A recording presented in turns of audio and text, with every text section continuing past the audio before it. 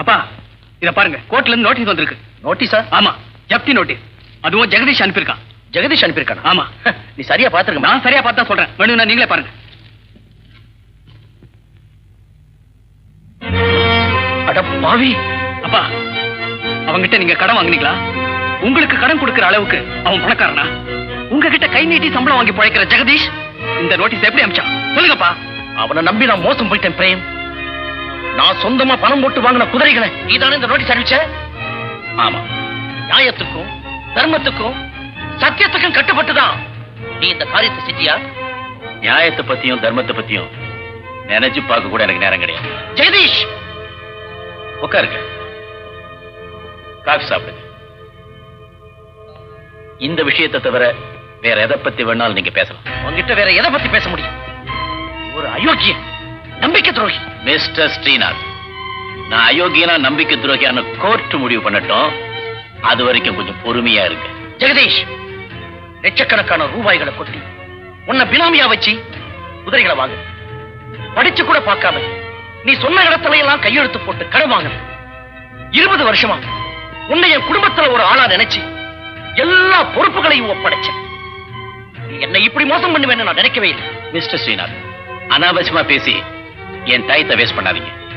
நீங்க எதை சொல்ல நினைச்சாலும் கோர்ட்ல சொல்லுங்க. ஜெகதீஷ்! அப்பா, மிஸ்டர் ஜெகதீஷ், இதுதான் உன் முடிவா? எஸ். ஜெகதீஷ், மரியாதையா உன் நோட்டீஸை இப்ப வாபஸ் வாங்க போறியா இல்லையா? வாபஸா? Impossible. You bloody cheat. Prem, ஆத்திரப்படாத. Come on. அப்பா, நான் சொல்ற ராஸ்கல சும்மா விட கூடாது. கேளு பிரேம். வா பிரேம். Come on. ஜெகதீஷ், எங்க அப்பாவை மோசம் செஞ்ச உன்னை பழி வாங்காம விட மாட்டேன். கேளு பிரேம். என்னைக்காவது ஒரு நாள் எனக்கு நீ பதில் சொல்லித்தான் ஆகணும். Mind it. ஏங்க, இத்தனை வருஷமா ஒரு நிழல்ல வாழ்ந்துட்டு அவர் உப்ப தின்னுட்டு இது நியாயமா? நியாயத்தை பத்தி நினைச்சுக்கிட்டு இருந்தா இன்னைக்கு இருக்கிற சமுதாயத்துல வாழவே முடியாது. கிடைச்ச சந்தர்ப்பத்தை உபயோகப்படுத்திக்கிறது தான் புத்திசாலித்தனம். என்னமோ நீங்க செய்யறது எதுவுமே எனக்கு சரியா படல. அப்புறம் உங்க இஷ்டம்.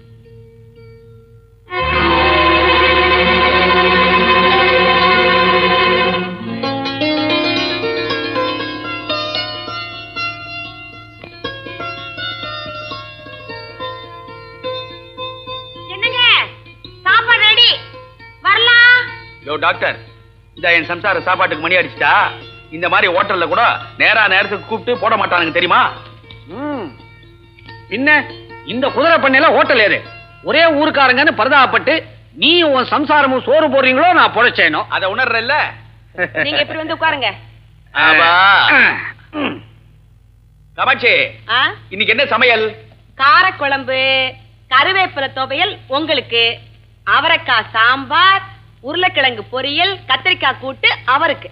எதுக்குமா 2 சமையல்? அதானே, எனக்கு எங்க உருளைக்கிழங்கு பொரியல்? உருளைக்கிழங்கு பொரியல் டாக்டருக்கு மட்டும்தான். நான் உன் புருஷன்டி, எனக்கு வைடி. நீங்க புருஷன் மட்டும்தான், அவரு பேய் கெஸ்ட்.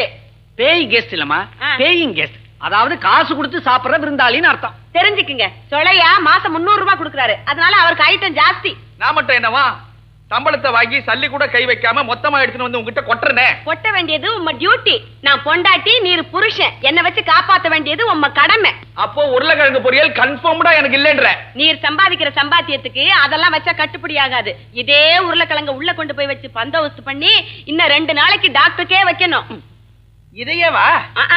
அம்மா, இந்த ஆளு முழிக்க எனக்கு வவுத்து வலியே வந்தாலும் வந்துரும். 2 துண்டு எடுத்து அந்த பக்கம் தூவுங்களேன். டாக்டர், உருளைக்கிழங்கு எல்லாம் வச்சா நாக்கு நீண்டு போயிடும், அப்புறம் தினம் கேட்பாரு அவரு.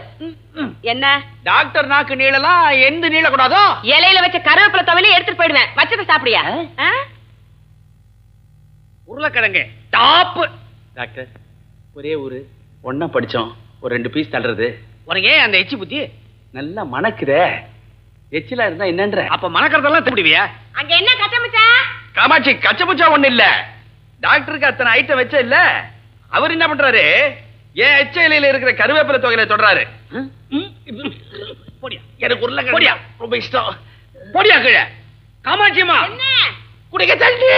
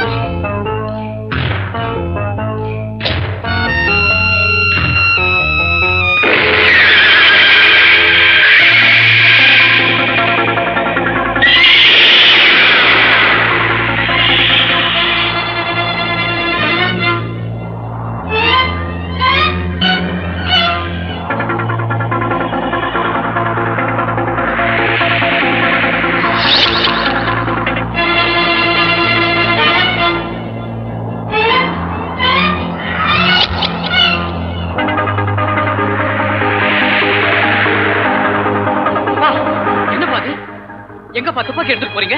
பிரேம், நான் ஜெகதீஷ பழி வாங்க போறேன். அப்பா, நீங்க குடிச்சிட்டு ஏதோ பேசுறீங்க. வாங்க வீட்டுக்கு போலாம். முடியாது, வாங்க. முடியாது. என்ன விடு பிரேம். அந்த ஜெகதீஷ பழி வாங்கணும்னா அவனை சுட்டுக் கொல்றதா வழியா? அவனை சுட மாட்டேன். என்ன மோசம் செஞ்ச அந்த துரோகிக்கு அங்குல அங்குலமா உருவாக்கினே இந்த பண்ணையும் நான் வளர்த்த குதிரைகளும் சொந்தமாகிறதா? பிரேம், இந்த பண்ணையில் அவன் குதிரைகளை பார்க்க முடியாது, பார்க்க கூடாது. அத்தனை குதிரைகளையும் சுட்டுக் கொள்ள போறேன். என்னது வரிசம்? நான் சொல்றது கேளுங்க. வாங்க. முடியாது. வாங்க போலாம். பிரேம், முடியாது. No frame. ஜெகதீஷுக்கு மிஞ்ச வேண்டியது இந்த பண்ணையில் இருக்கிற மண்ணும் குதிரைகளுடைய பிணங்களும் தான். நான் சொல்றது கேளுங்க ப்ளீஸ். நோ, என்ன விடு பிரேம். என்ன விடு. அப்பா, என்னப்பா? அப்பா, பிரேம், இந்த பண்ண நம்ம குடும்ப சொத்து. நாம இதை எடுக்கக்கூடாது. அப்பா,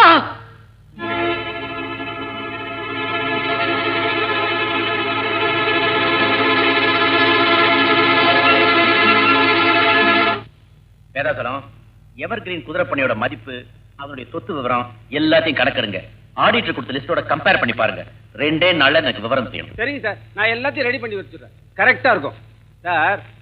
முதலாளி வீட்டை சுத்தமா கிளீன் பண்ணி வச்சிருக்கேன். நீங்க நாளைக்கே வேணாலும் குடி போலாம். வேதாசலம், திரும்ப திரும்ப முதலாளி வீடுன்னு சொல்லாதீயா. அது என் வீடு. இனிமே நான் தான் உங்களுக்கு எல்லாம் முதலாளி. அண்டர்ஸ்டாண்ட்? Yes sir. சரி, நாளைக்கு நாள் நல்லா இருக்கா? நல்லா இருக்கு. எதுக்கும் ஒரு தடவை 2 தடவை பஞ்சாங்கத்தை பார்த்து வைங்க. Good morning daddy. Good morning. பரிசு நல்லா எழுதிக்காம? பரவாயில்ல, சுமாரா எழுதிருக்கேன். பாஸ் பண்றது இல்ல? பாஸ் பண்ணுவேனோ மாட்டேனோ. ஹாஸ்டல் லைஃப்ல இருந்து விடுதலை கிடைச்சாச்சு. வா வசி, ட்ரெயின் ரொம்ப லேட்டா? half an hour தான் மாமி லேட்டு. ஒரு good news. Evergreen stud farm இருக்குல்ல, இனிமே அது நமக்கு சொந்தம். Is it? ஸ்ரீநாத் முதலாளி என்ன டாடி ஆனாரு? ஓவரா குடிச்சே செத்தாருமா. ஐயோ ஐயோ ஐயோ, என்ன காப்பாத்துங்க, என்ன காப்பாத்துங்க. ஐயோ, உன் புருஷன் நான் ஒருத்தன் கல்லாட்ட நிக்கிறேன், அவனை கட்டி புடிச்சிட்ட. ஏன் பயப்படுற? என்ன ஆச்சு உனக்கு? சொல்லி தொலை. ஒன்னும் அவசரமே இல்ல, நிதானமா மூச்சை விட்டுட்டு பேசுங்க. ஐயோ, படபடப்பு அதிகமா போயிடுச்சு. எடியோ கையே, இவதான் என் பொண்டாட்டி, என் பொண்டாட்டின்னு அடிக்கடி உங்ககிட்ட ஞாபகப்படுத்த வேண்டியதா இருக்குது. பெரிய ரோதனையா போச்சே. மா, என்னம்மா ஆச்சு? குதிரை. ஐயோ, பழையபடி அங்கேயே சாயிரியே. ஒத்தியா? என்னம்மா ஆச்சு? கேரியர்ல சாப்பாடு எடுத்து வந்தேன்னா ஒரு குதிரை துரத்திட்டு வந்துட்டா. முன்னால இவர் வந்தாரு, மேல விழுந்துட்டேன். சாரியே, இவரு டாக்டர், வயசானவரு, நம்ம வீட்லயே விழுந்து கிடக்குறாரு. சாஞ்சது பரவாயில்ல. இதே மாதிரி வேற ஒரு ஆள் வந்திருந்தான்னா அவனையும் இப்படிதான் சேர்த்து கட்டி பிடிச்சிருப்பியா? சொல்ல முடியாது, பயத்துல யாரா இருந்தாலும் கட்டி பிடிச்சிருவேன். அப்போ ஒரு கேரண்டி இல்லன்ற? இதுக்கெல்லாம் கேரண்டி கொடுக்க முடியுமா? அம்மாடி, நீ ஒண்ணும் கவலைப்படாத. இனிமே குதிரை துரத்திக்கிட்டு வந்துச்சுன்னா கீழே குனிஞ்சு 4 புல்ல புடுங்கி அதுகிட்ட நீட்டு. ஒண்ணுமே பண்ணாது. துணிய பார்த்து இன்னொரு குதிரை வந்து பின்னால இடிச்சதுன்னா என்ன பண்ணுவேன்ற நான். அதுக்கும் புல்ல புடுங்கு. புல்ல புடுங்குற வரைக்கும் குதிரை பாத்துக்கிட்டே நிக்குமா? இந்த ஆள் ஒரு விவசாய கட்ட மனுஷன். நீ எப்பவும் புருஷனோட பந்தோபஸ்தா இரு. எவன் தொடுவான் உன்னை? சார், லில்லி பான்ஸ் குதிரைக்கு கால்சியம் இன்ஜெக்ஷன் ரொப்பி வச்சிருக்கிறேன். போட வேண்டியது உங்க பொறுப்பு. குத்துங்க போய். டாக்டர், உங்களுக்கு சேர்த்து சாப்பாடு கொண்டு வந்திருக்கேன், வந்துருங்க.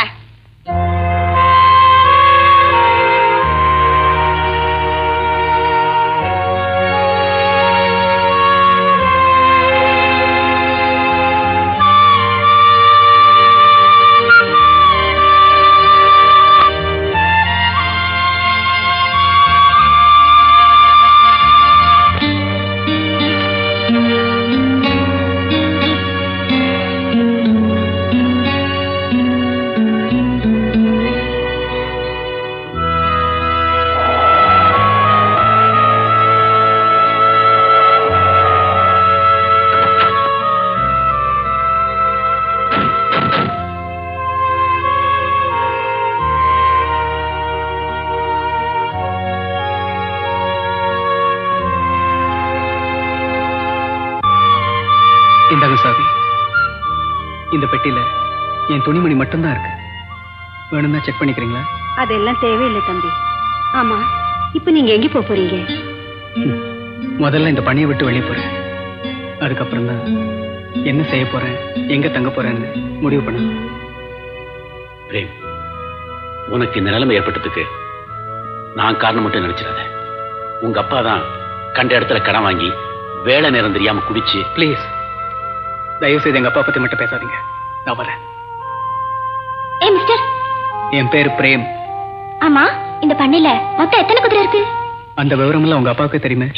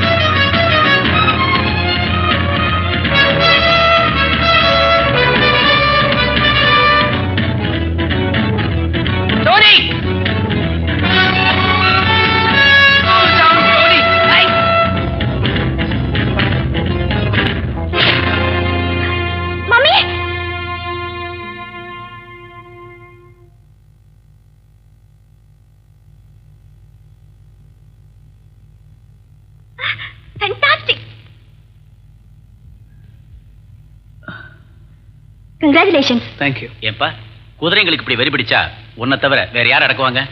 இந்த மாதிரி சம்பவம் எப்பாவது தான் ஏற்படும். இது வரைக்கும் அதை நான் தான் அடக்கியிருக்கேன். வரேன் சார்.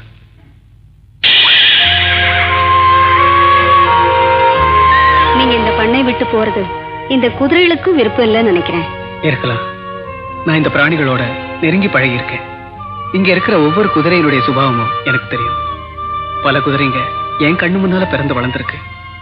இந்த சூழ்நிலையை விட்டு பிரியறதுக்கு எனக்கும் கஷ்டமா தான் இருக்கு. ஆனா என்ன செய்யறது? ஒண்ணு செய்யுங்க. நீங்க எங்கேயும் போக வேண்டாம். இங்கேயே தங்கிக்கிட்டு இந்த பண்ணையை பராமரிக்கிறதுக்கு நீங்க உதவி செய்தா எங்களுக்கு எல்லாருக்கும் திருப்தியா இருக்கும். என்னங்க? எனக்கு ஆட்சேபனையே இல்லை. நீ இங்க தாராளமா தங்கலாம்.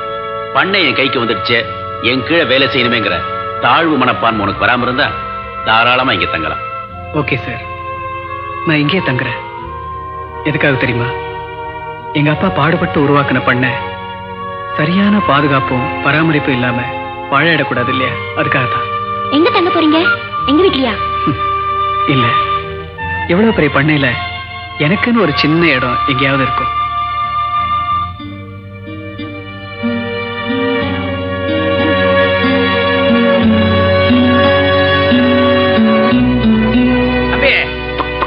இப்படி வா.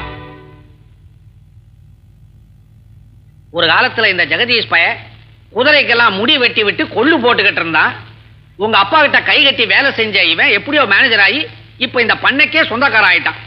அவங்கிட்ட போய் வேலை செய்யறேன்னு நீ சட்டுன்னு ஒத்துக்கிட்டியே. டாக்டர், காரணமா தான் நான் இங்க வேலைக்கு சேர்ந்திருக்கேன். போக போக உங்களுக்கே புரியும். அப்படின்னா அண்டர் கிரவுண்ட்ல ஏதோ ஐடியா வச்சிருக்கிறேன்னு சொல்லு. Okay okay. டாடி, வீடு ரொம்ப அழகா இருக்கு. Beautiful house. இனிமே லைஃபே பியூட்டிஃபுல் தான்மா. வாழ்க்கையில் அனுபவிக்க வேண்டிய எல்லா வசதியும் கிடைச்சாச்சு. சரி சரி, போதும் உங்க பெருமை. நான் சமைக்க வேண்டிய ஏற்பாடெல்லாம் கவனிக்கிறேன். நோ நோ நோ, சமையலுக்கு சமையக்காரங்க, வீடு நிறைய வேலைக்காரங்க. நீ ராணி மாதிரி இருக்கலாம். ஃபேண்டாஸ்டிக்.